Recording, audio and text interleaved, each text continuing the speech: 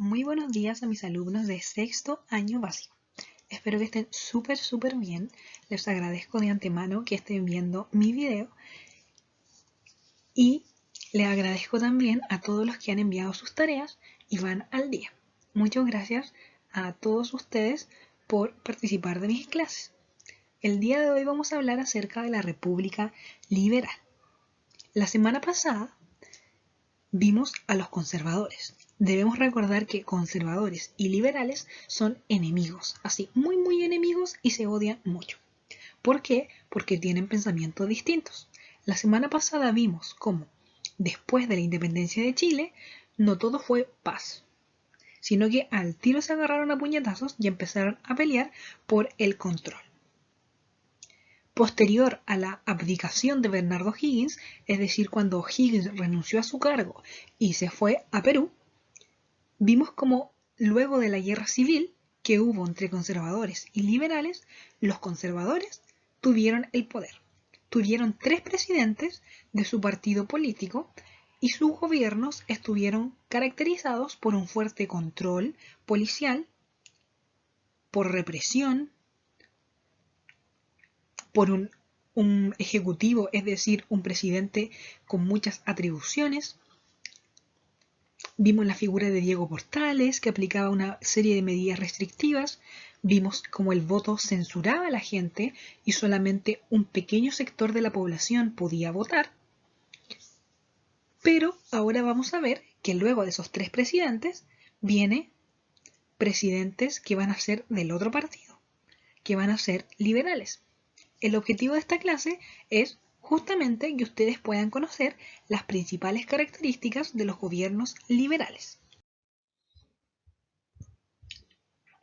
La semana pasada vimos en qué consistía el pensamiento conservador. Esta vez vamos a ver en qué consiste el pensamiento liberal. Primero que nada, los liberales buscan limitar el poder del presidente, es decir, que haya un equilibrio entre los poderes del Estado. Las primeras clases del año vimos cómo el gobierno se divide en 3 poderes, es decir, en 3 sectores que toman las decisiones del país. Un sector que es el ejecutivo, es decir, donde está el presidente, el que ejecuta, el que ordena, el que es la cara visible del gobierno.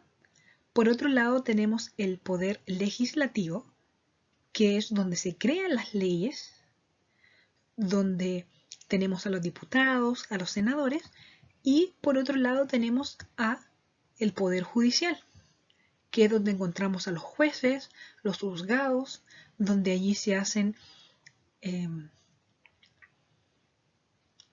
donde allí se juzga a la gente, donde allí se hace todo el proceso investigativo, donde ahí se hace una sentencia a las personas. Vimos eso en las clases del semestre pasado, o sea, el semestre pasado, de la unidad anterior. Eso es lo que tenemos actualmente, año 2020. Pero en ese momento, si bien había este concepto de dividir en 3 los poderes del Estado, no se tomaba en cuenta, porque los conservadores tenían solo al presidente haciendo todas esas atribuciones. Entonces los liberales querían limitar el poder del presidente y que hubiera este equilibrio, esta balanza entre los 3 poderes del Estado. También los liberales querían la separación, es decir, que se dividiera, que ya no tuviera nada que ver la una con la otra, el Estado de la Iglesia. ¿Por qué? Ahora, por ejemplo, actualmente en Chile, somos un país laico, es decir, que no se nos impone ninguna religión. Ahora bien, si ustedes son católicos, si son cristianos, si son evangélicos, eso es porque ustedes lo decidieron. El Estado no se los impuso al nacer. En cambio, antiguamente sí era así. Todos debían ser católicos o si no, eran muy maltratados o perseguidos. Los liberales creían que el Estado no debía obligar a las personas a ser de cierto sector religioso.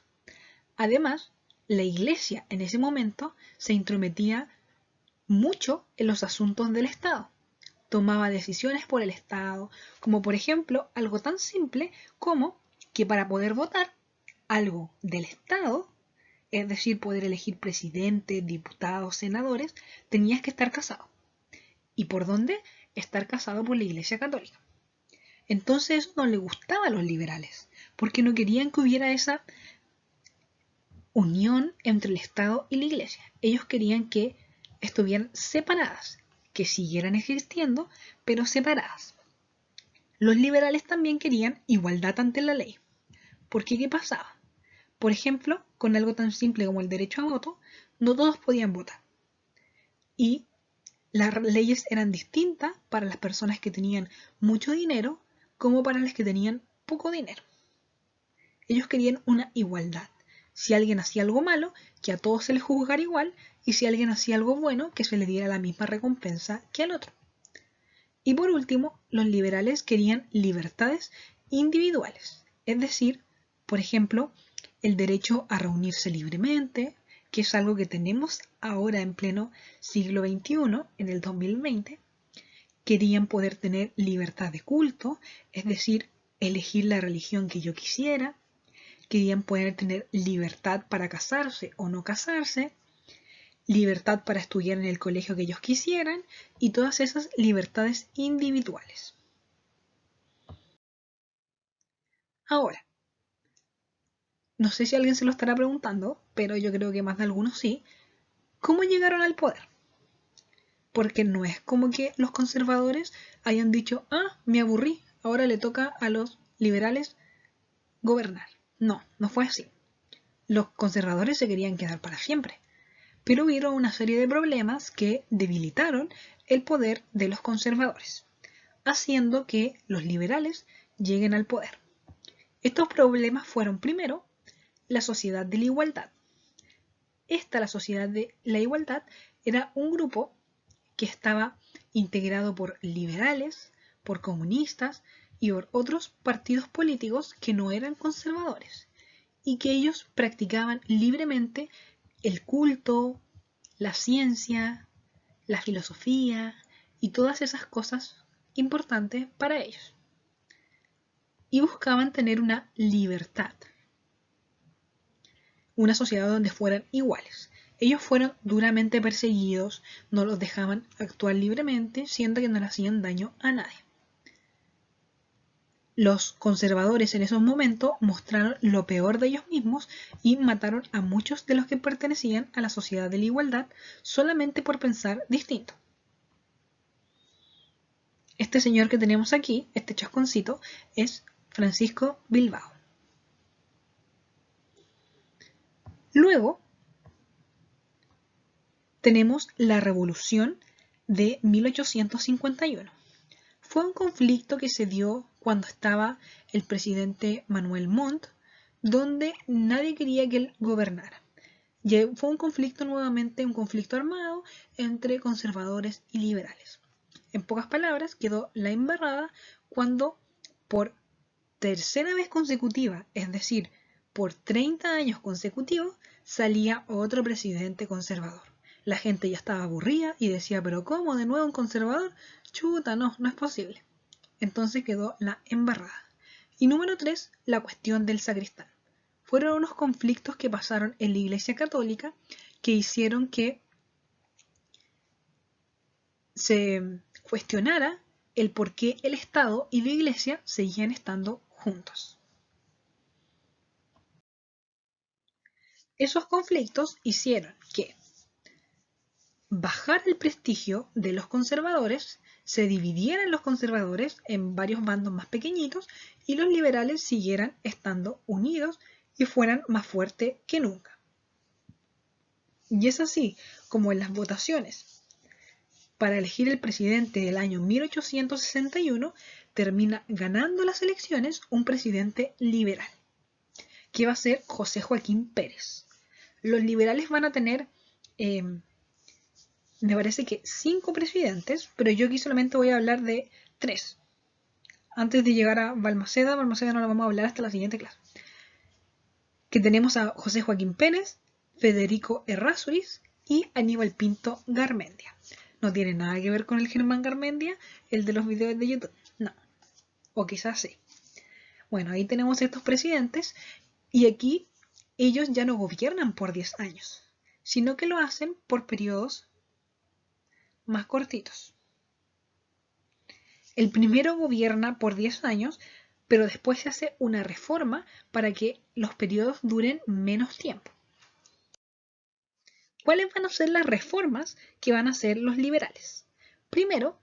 Lo primero que van a hacer los liberales es que exista la ley de libertad de culto. En 1865 se aprueba que todos puedan tener la creencia que ellos crean conveniente y que puedas hacerlo públicamente y libremente. Por ejemplo, no es que aquí hubieran musulmanes, nada que ver eso. Había muchas ramas del cristianismo, pero que no eran católicas, como por ejemplo anglicanos, presbiteranos, evangélicos, y a ellos se les tenía prohibido el culto. Y al salir esta ley, puedes libremente tú crear tu iglesia de tu religión y hacer todos tus rituales y ceremonias. La segunda reforma fue la prohibición de la reelección presidencial. Con los conservadores, los de la clase pasada, no era es que por constitución dijera que eran 10 años, sino que por constitución podía haber reelección. Es decir, que si un presidente salió en un periodo, la gente a la siguiente votación podía elegir al mismo presidente.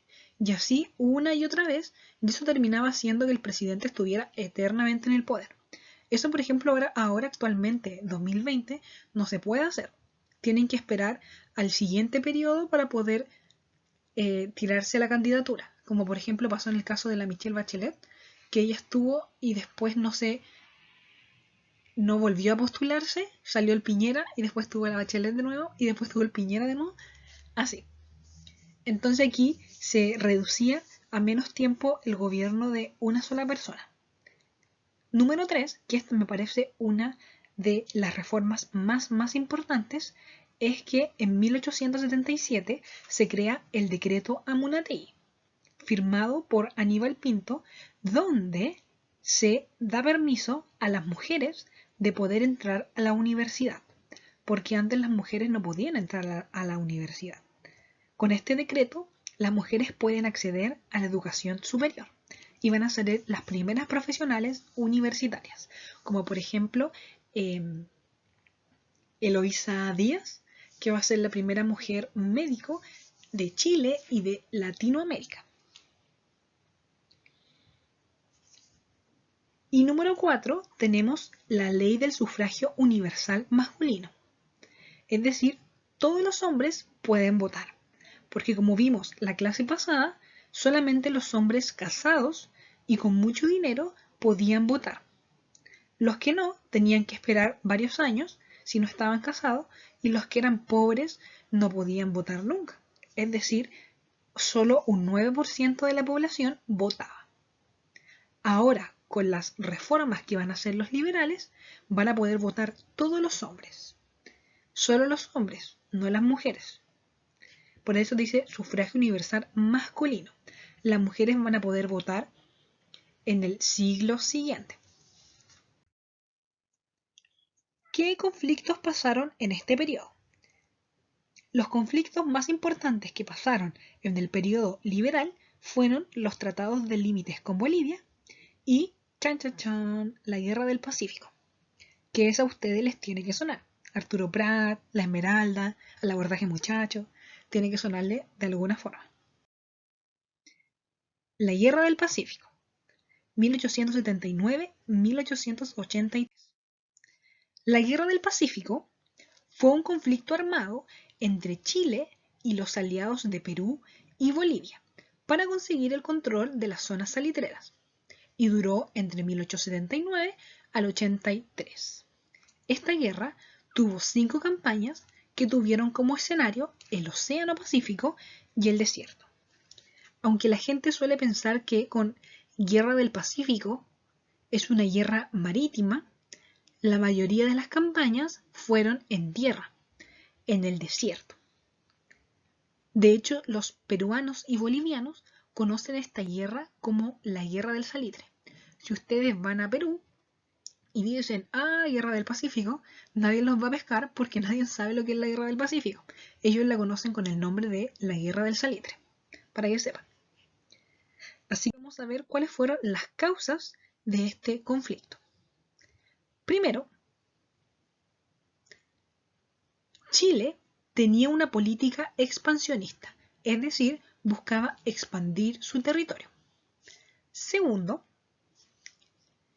Chile tenía una deuda externa que necesitaba pagar. Y para poder pagar esa deuda externa con otros países, como por ejemplo Estados Unidos, Francia, Inglaterra, tenía que tener más platita. Número 3. Habían intereses oligárquicos, es decir, intereses de personas de mucho, mucho dinero. Número 4. Perú va a nacionalizar el salitre. Y 5. Bolivia sube los impuestos.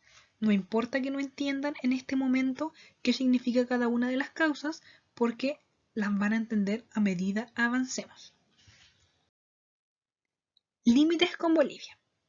Si pueden ver en este mapa que está aquí, ¿qué es lo que hay diferente con el mapa actual? ¿Con qué país limita Chile en esta imagen? ¿Ven todo este territorio que está aquí? Todo lo que está en amarillo es Bolivia. Sí, Chile en esa época limitaba con Bolivia, no con Perú. Toda la zona que ahora es Antofagasta fue en su momento de Bolivia. E increíblemente, Bolivia tenía mar. Y todo lo que tenemos, que ahora actualmente es Arica, era parte de Perú. Es decir, Arica, Iquique, Tocopilla, Antofagasta y todo eso no era parte de Chile.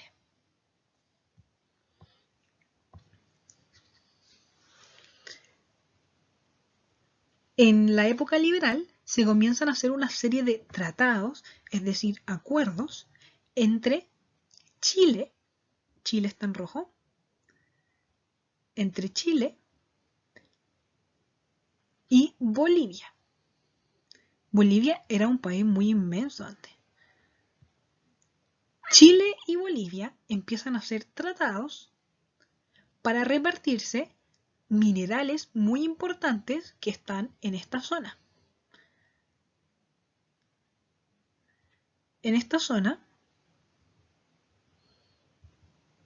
hay minerales muy importantes para los dos países. En este lugar están los minerales del salitre y el guano. Les explicaré lo que es en la diapositiva siguiente. Para poder obtener estos minerales tan importantes, se hace un tratado en el que se establece un límite en el paralelo 24, es decir, se divide ahí donde está la rayita y se dice que Chile y Bolivia pueden sacar lo que quieran del desierto. Pero Bolivia, porque este lugar que está aquí se dan cuenta era de Bolivia, Bolivia debe permitir que Chile vaya y saque los minerales sin que le cobren impuestos. Sean buenas las condiciones o malas, Bolivia lo aceptó y quedaron en ese acuerdo. Ahora bien, el guano, que es tan importante, ¿por qué es tan importante? El guano son heces de ave o de guanaco que sirven como fertilizante. Es decir, los chilenos y los bolivianos se estaban peleando por caquita. Literalmente por caquita de pájaro. Esta caquita de pájaro es el guano y sirve como fertilizante. Es decir, sirve para que al sembrar tu semilla, las plantitas crezcan más rápido y con más nutrientes. Para eso sirve la caquita de estos animales. Y aunque ustedes no lo crean, era muy muy cotizada en el mundo y de hecho se vendía hacia afuera. O sea, en ese momento le decían, uy, tú eres de Chile, ¿y qué vende tu país al mundo? No, yo vendo caca. Ellos vendían caca, literalmente vendían caquita, pero de pájaros. Eso hacían los chilenos en ese momento. Y número 2, vendían el salitre. El salitre es un mineral que se saca de esta roca llamada el caliche, que sirve para ser fertilizante, es decir, sirve para poder cultivar la tierra, pero más que nada se utiliza para explosivos, es decir, para hacer explosivos, para hacer bombas, para hacer armas. Para eso se utiliza el salitre. En ese momento, tanto el guano, la caquita, como el salitre eran muy importantes para Chile, Bolivia y Perú. Y ellos los vendían muy carito a todo el mundo. Por eso era muy importante hacer tratados para poder comercializar esos productos y sacarlos de esa zona. Ahora, ignoren esto mientras, escúchame. En la Guerra del Pacífico, Chile, Bolivia y Perú se agarran a pelear por el salitre y el guano. Porque recuerdan que Chile y Bolivia hicieron un tratado para comercializar salitre y que Bolivia no tenía que cobrar impuestos a Chile. Bueno, la cosa es que Bolivia hizo un tratado secreto con Perú y le estaba vendiendo y pasando productos a Perú, pero no estaba dejando que Chile sacara salitre. Entonces eso creó un conflicto y ocasionó una guerra, que fue la Guerra del Pacífico. Quizá ahora suene muy simple y digamos, pero ¿por qué se agarraron a pelear en una guerra armada por popó y por salitre? Pero ustedes pueden investigar más y profundizar sobre el tema y ver más todos los motivos que hay detrás. Pero yo lo que les tengo que enseñar es que para Chile era muy importante tener el control de ese salitre. Y estamos hablando no de los chilenos ciudadanos comunes y corrientes, sino estamos hablando de grandes empresarios que tenían sus salitreras, sus empresas de salitre en el norte de Chile. Esta guerra, que duró varios años, donde hubieron distintas batallas y combates navales y terrestres, tuvo como consecuencia el triunfo de Chile. Y esto sirvió, primero que nada, para unir a los chilenos. Los chilenos, como veíamos, conservadores y liberales, se odiaban. Y cuando pasó la Guerra del Pacífico, estos comenzaron a ser amigos. Número 2. Chile consigue prestigio continental. Porque, a ojos de todo el mundo, Chile había ganado un conflicto con dos países. Y era segunda vez en un mismo siglo que les volvía a ganar. Entonces, a ojos del resto del mundo, Chile era muy bacán. Número 3. Gracias a esta guerra, Chile logra ampliar su territorio, ya que puede ocupar la zona de Antofagasta, quitándole el mar a Bolivia, y ocupar la zona de Arica e Iquique, quitándole zona a Perú. Y además quedando con el uso total y exclusivo del salitre para los chilenos. Número 4. Logra relaciones diplomáticas y económicas, comerciales, con Inglaterra. En realidad esto es el secreto, que no todo el mundo quiere decirlo, pero en realidad esta guerra empezó por culpa de Inglaterra, porque Inglaterra financiaba a las salitreras tanto peruanas, bolivianas como chilenas. Y él lo único que quería hacer era tener el control total del salitre. Entonces terminó de una forma u otra incentivando esta guerra entre estos países tercermundistas para poder aliarse con el que ganara la guerra. Y como fue Chile, entonces Inglaterra hizo alianzas con Chile. Es decir, Chile sacaba el salitre, pero lo sacaba una empresa que era inglesa. Las empresas salitreras no eran chilenas, eran inglesas. Y a Chile se le pagaba un porcentaje por dejarle sacar el salitre de Chile. Y número 5, se produce un fortalecimiento de la oligarquía chilena. Es decir, como los chilenos, es decir, la clase alta, puede tener acceso al salitre y puede vender salitre al mundo, gana más dinero y por ende son más fuertes. En este momento, y de hecho estaban los liberales van a volverse como los malos de la película y se van a volver muy platudos y muy explotadores con los trabajadores de las salitreras. Entonces, para recordar lo que vimos en esta clase, por eso ahí puse el perrito con la cosita de Inglaterra en la frente. En esta clase vimos las características principales de los liberales. Quieren que se dividan los poderes del Estado, que haya equilibrio, quieren que se separe el Estado de la Iglesia, quieren más libertades civiles, quieren que se expanda el derecho al voto. En el gobierno de los liberales, que tenemos estos tres presidentes que les mostré anteriormente, esos tres presidentes hicieron nuevas leyes como por ejemplo el voto masculino universal, el acceso de las mujeres a la universidad, la no reelección presidencial y la libertad de culto.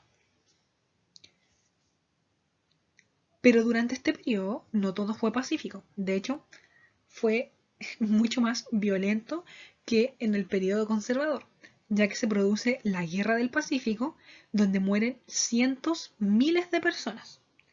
En esta guerra, la Guerra del Pacífico, fue muy sangrienta, porque aquí se empezó a utilizar armas mucho más poderosas que las que se usaban a principios de siglo.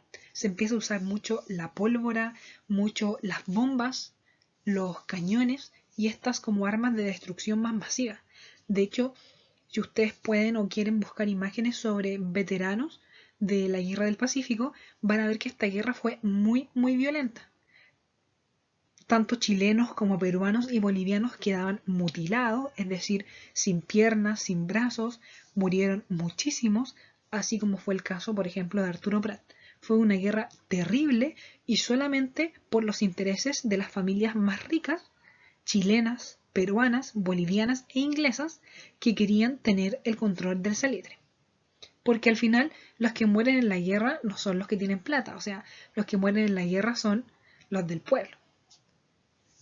Por eso puse esta imagen del perrito que tiene ahí la bandera de Inglaterra, o sea, este perrito grande es Inglaterra.